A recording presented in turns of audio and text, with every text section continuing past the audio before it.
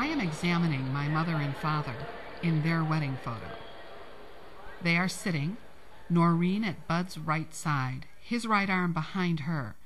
His hand at her waist is hidden behind the 24 pale roses she is holding in her lap, a bouquet made even more generous by sprays of baby's breath. Buddy is wearing a uniform, army green, with a light-colored shirt and dark tie. Above his left breast pocket there is a cherub-like pin, the wing signifying an airborne unit, its members destined to jump from planes, dangling below silken chutes, drifting in the skies above snow-covered mountains one day and thick forest the next. His left hand rests on his right leg, the bent thumb touching Norine's left elbow as she leans back just slightly into his side. Norine is in a white suit, soft and feminine, small ruffles visible at the neck.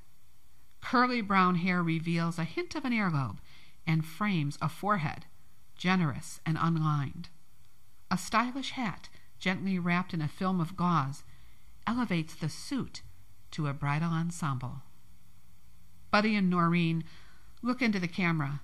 Their gazes are clear and unconcerned. My father's smile is broader than hers.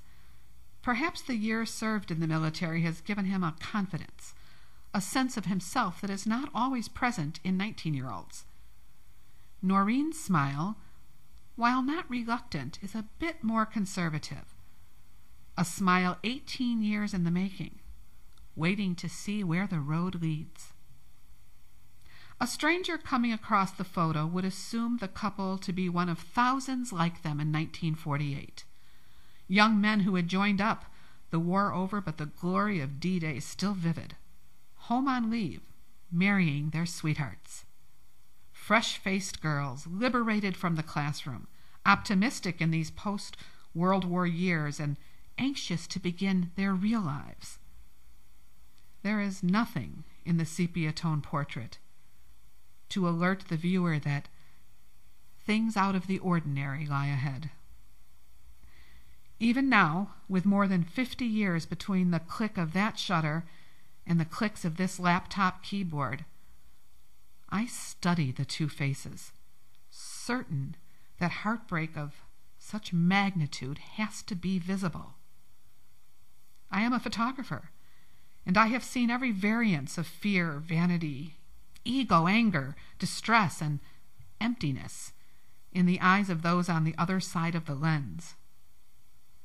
People still themselves for a moment and compose their faces as I wait behind the camera. I often talk to them, ask questions, do what I can to distract them from their fear of being trapped on film. There is a backstory for the characters in every picture, and I can often detect it.